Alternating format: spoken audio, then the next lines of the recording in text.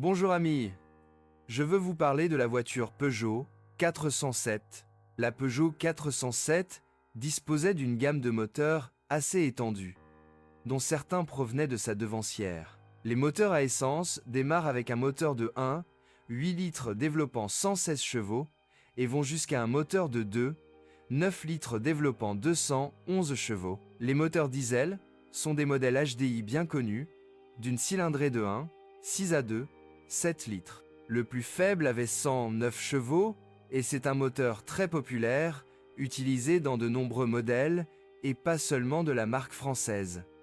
Des modèles plus gros ont également trouvé leur chemin sous les capots des concurrents. Le diesel le plus puissant dispose de 6 cylindres et offre des performances étonnantes avec 240 chevaux et 450 Nm de couple. Dans cet article, nous traiterons du diesel le plus faible car le moteur 2 HDI tout aussi populaire a été essentiellement décrit dans la Ford Mondeo Mk4. Le moteur 6 HDI équipe non seulement les Peugeot, mais aussi les Citroën, Ford, Mazda, Mini, Suzuki et Volvo. Ce n'est pas un hasard s'il est devenu l'un des moteurs les plus populaires de son époque. On ne peut pas dire que c'était un moteur raté, car il a été installé avec succès dans des marques telles que Volvo et Suzuki, qui ont tendance à se soucier de la fiabilité de leurs produits.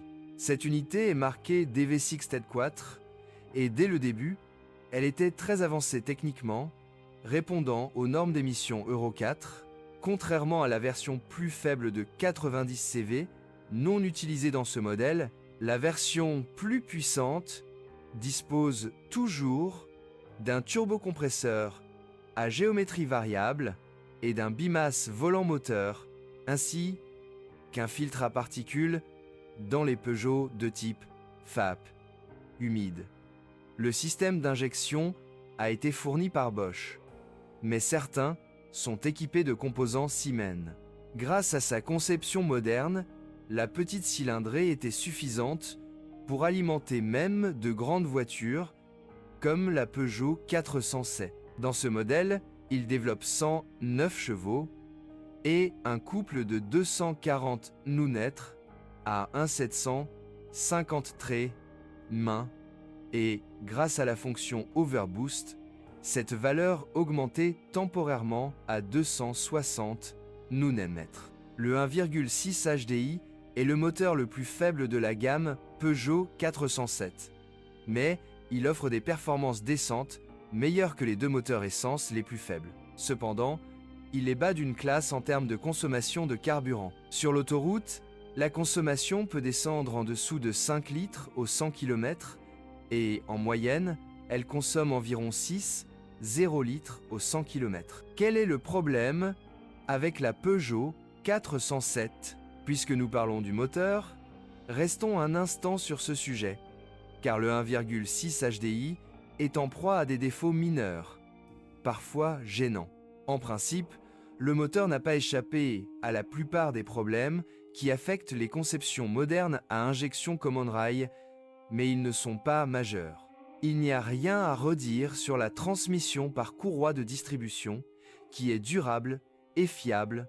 Malheureusement, il n'en va pas de même pour la chaîne reliant les deux arbres à cames, qui, cependant, même lorsqu'elle était extrêmement lâche, n'a pas provoqué de panne désagréable. Il est nécessaire de raccourcir l'intervalle de remplacement de l'ensemble courroie de distribution par chaîne, car les 240 km suggérés par le constructeur sont un peu trop. Je suggère 150 000 km maximum. De plus, entre-temps, vous devrez remplacer les courroies d'entraînement des accessoires, car l'élément périssable ici est la poulie avec l'amortisseur de vibration de torsion, qui a tendance à se délaminer. Si les courroies et la chaîne sont remplacées en même temps, il n'y aura aucun problème. Le système d'injection est également durable, notamment chez Bosch, mais avec un kilométrage supérieur à 200 000 km, une usure potentielle doit être prise en compte. Si nous avons un système Bosch dans le moteur, ce ne sera pas trop cher. Mais les composants Siemens sont déjà chers. Les utilisateurs de moteur 1, 6 HD, se plaignent de la durabilité du volant bimasse. La raison est simple, la faible puissance du moteur et le poids élevé de la voiture. Cela vaut également pour la Peugeot 407. Heureusement, elle n'est pas chère. Le plus gros problème de cette unité est le turbocompresseur. Les crises sont courantes, mais le coupable est une petite chose, la conduite d'huile, qui se bouche avec le temps et empêche l'huile de circuler dans l'appareil. Il en va de même pour le filtre lui-même situé devant le tuyau. Un remplacement préventif ou au moins un nettoyage tous les 50 km, l'utilisation d'une huile de haute qualité et son changement tous les 10 à 15 km résoudront le problème. Malheureusement, vous devez tenir compte du fait que les premiers utilisateurs ne l'ont pas fait. Il est donc préférable de remplacer ce câble immédiatement après l'achat de la voiture. Le remplacement des bougies de préchauffage peut être un problème. Non seulement elles sont longues, mais leur accès est très difficile. Il n'est pas rare que les mécaniciens demandent des sommes incomparablement plus élevées pour les remplacer dans le moteur 1,6 HDI. Et pour le dessert, nous avons le filtre à particules. Il faut être prudent avec l'additif de carburant qui abaisse la température de combustion des particules solides. Le liquide appelé Eolis 176 doit être remplacé environ tous les 80 à 120 km. Il est donc préférable de faire vérifier son niveau juste après l'achat de la voiture. Le filtre lui-même est relativement durable, pouvant durer jusqu'à 200 000 km ou plus, mais les capteurs de différence de pression de gaz tombent parfois en panne. Voilà pour le moteur, qu'en est-il de la suspension compliquée? Ce n'est pas si mal, car le fabricant les a conçus de manière à ce qu'ils conviennent aux utilisateurs de modèles vieux de plusieurs années. Et il ne s'agit même pas de la durabilité des composants, qui, à cet égard, sont plutôt moyennes, mais de la possibilité de remplacer les cylindres blocs et les axes de l'essieu avant. Pour résumer, d'une part, la durabilité de la suspension est moyenne, mais d'autre part, elle peut être réparée à relativement peu de frais.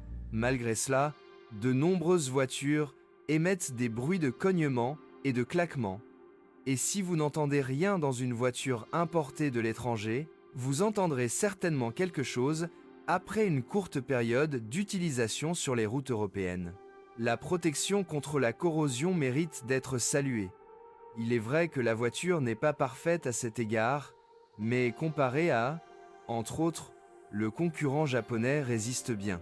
Lors de l'achat d'une voiture, ne vérifiez pas l'épaisseur de la peinture sur le capot avec un capteur standard, car il est en aluminium. Le problème le plus important et le plus ennuyeux est celui des pannes électroniques fréquentes. Des erreurs et des messages déroutants apparaissent. Et le pire, c'est que tous les mécaniciens ne veulent pas s'en occuper. Les bons outils sont souvent nécessaires. Tout est géré par le contrôleur BSI, connu des voitures PSA. Ces défauts mineurs sont parfois difficiles à réparer, mais les problèmes graves surviennent rarement. Toutefois, si cela se produit, les coûts de réparation peuvent être importants. De plus, le système de verrouillage centralisé peut tomber en panne ou l'abat-jour peut griller en raison d'un court-circuit dans le faisceau électrique. Vaut-il la peine d'acheter une Peugeot 407? La Peugeot 407 est une voiture sans aucun problème, et les moteurs diesel apportent certainement plus. Si la fiabilité est votre priorité, mieux vaut opter pour un moteur essence 2 litres qui peut être équipé d'un système GPL. Le moteur à 1,6 HDI n'est pas exempt de défauts, mais il est également l'un des modèles les plus réussis de sa catégorie. Sa popularité n'est pas fortuite. La fiabilité est à un bon niveau, même si diverses études de défaillance indiquent le contraire. Il gâche un peu l'image de Peugeot, car des bagatelles comme un jeu dans la suspension ou une ampoule grillée sont comptées comme un défaut. Si vous recherchez une voiture spacieuse de milieu de gamme, la Peugeot 407 n'est pas vraiment pour vous. Un meilleur choix serait la Citroën C5 partiellement jumelée.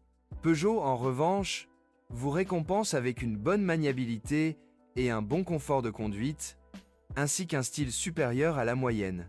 Il s'agit davantage d'une alternative à une grande voiture compacte, comme la Peugeot 307, qu'à des voitures comme la Ford Mondeo ou la Volkswagen Passat. Est-ce que ça vaut le coup? Vu le prix, oui.